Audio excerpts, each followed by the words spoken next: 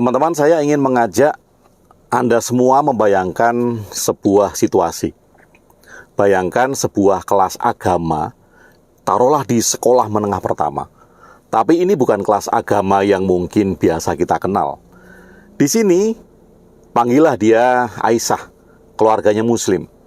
Tapi dia justru memilih modul studi tentang ajaran Buddha. Kemudian ada lagi, sebut saja Budi, dari keluarga Kristen, yang kemudian malah asik menelusuri sejarah peradaban Islam. Di kelas ini tidak ada keharusan untuk mengimani, tidak ada paksaan untuk berkeyakinan. Yang ada hanya rasa ingin tahu murni, keinginan yang kuat untuk memahami. Jadi di sini muncul pertanyaan besar di benak saya, dan mungkin juga di benak Anda. Mengapa agama harus diimani? Bukankah hanya dengan mempelajari esensinya saja tanpa harus percaya, kita sudah bisa sangat kaya pengetahuan, sudah bisa membuka gerbang pemahaman yang jauh lebih luas? Bukankah begitu? Selama ini kita sering melihat agama itu seperti koin yang sisinya selalu bertautan dengan iman. Keyakinan pada hal-hal yang gaib, dogma-dogma atau cerita-cerita transenden. Tapi sebenarnya ada cara lain untuk mendekati agama. Kita bisa melihatnya sebagai fenomena budaya, sejarah, filosofis yang kita bisa pelajari secara objektif.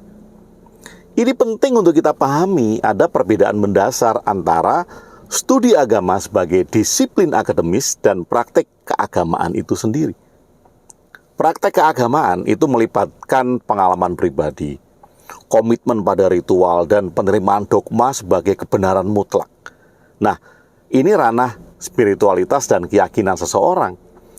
Sebaliknya, studi agama itu disiplin akademis yang melihat agama sebagai subjek penelitian. Ia memakai metode ilmiah, sejarah, sosiologi, bahkan antropologi untuk benar-benar memahami apa sih agama itu, bagaimana ia berfungsi di masyarakat, dan kenapa ia jadi bagian penting dalam pengalaman manusia. Tujuannya bukan menghakimi kebenaran iman, tetapi untuk memahami kompleksitas dan dampaknya yang luar biasa. Kalau kemudian ada pertanyaan, belajar agama tanpa batasan iman itu keuntungannya apa? Nah, ketika kita melepaskan iman menuju pintu kekayaan pengetahuan, itu kemudian langsung terbuka lebar. Banyak sekali manfaat yang bisa didapatkan. Pertama, ini untuk menumbuhkan empati dalam pemahaman lintas budaya yang luar biasa. Coba bayangkan, dengan mempelajari cerita, simbol, dan ritual berbagai agama secara objektif, kita bisa memahami beragam cara manusia mencari makna hidup. Ini membantu untuk mengurangi prasangka dan membangun jembatan antar budaya. Kedua, banyak sekali ajaran agama yang punya pencerahan filosofis dan etis universal. Prinsip-prinsip moral tentang kasih sayang, keadilan, atau bagaimana hidup itu bermakna bisa dipelajari dan diterapkan siapa saja, tidak peduli keyakinan teologisnya. Lalu ketiga, jangan lupa, agama itu motor penggerak utama banyak peristiwa sejarah. Perkembangan seni, arsitektur, musik, sastra. Nah, mempelajarinya tanpa beban iman itu memungkinkan kita memahami konteks sejarah dan budaya peradaban manusia secara utuh. 4, pendekatan ini melatih pemikiran kritis tentu saja. Menganalisis klaim dan narasi agama dari perspektif netral, itu melatih kemampuan kita mengevaluasi informasi secara independen. Dan yang paling penting, ini tentang kebebasan individual. Anda bisa mengambil inspirasi dan kebijaksanaan dari berbagai tradisi agama tanpa merasa terikat pada dogma atau komunitas tertentu.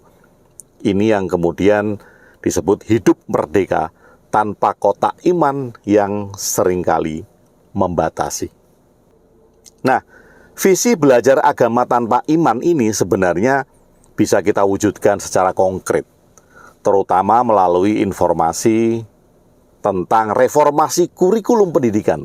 Bayangkan, sekolah-sekolah bisa memperkenalkan pendidikan literasi agama sebagai pengganti atau pelengkap pelajaran agama yang dogmatis yang ada sekarang. Filosofinya sederhana, Ini bukan tentang indoktrinasi, bukan. Ini tentang membekali siswa dengan pengetahuan lintas budaya, kemampuan berpikir kritis, empati, dan juga kebebasan mencari makna personal dari berbagai sumber. Bagaimana mekanismenya?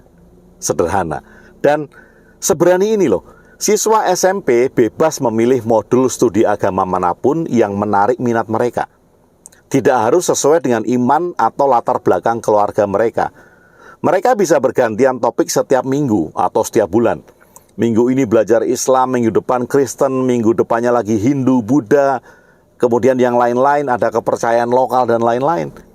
Materi pembelajarannya ya fokus pada sejarah, mitologi, ritual, filosofi, etika, dan juga pengaruh budaya pada setiap agama.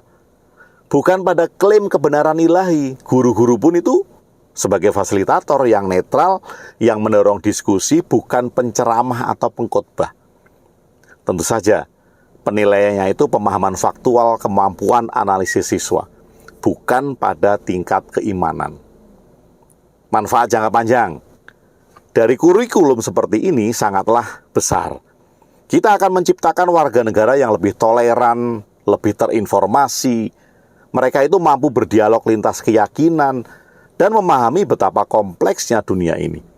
Potensi konflik dan polarisasi yang seringkali berakar pada kesalahpahaman agama itu bisa berkurang secara signifikan. Kemudian bisa memberikan setiap individu itu alat untuk membangun pemahaman mereka sendiri tentang dunia spiritual, moral, penalaran, tanpa terkotak-kotak oleh keyakinan yang sempit. Jadi belajar agama itu bukan lagi urusan orang-orang yang beriman. Ini adalah hak setiap individu yang ingin memperluas wawasan, memahami sejarah manusia, dan menemukan kebijaksanaan universal. Ini adalah jalan menuju kebebasan berpikir tentu saja, di mana pengetahuan adalah memandu. Sebuah eksplorasi tanpa batas yang akan memperkaya jiwa dan pikiran kita, yang akhirnya melepaskan kita dari belenggu keyakinan yang sempit. Semoga bermanfaat dan saya yakin visi ini bisa kita wujudkan. Catatan, kalau kita berani.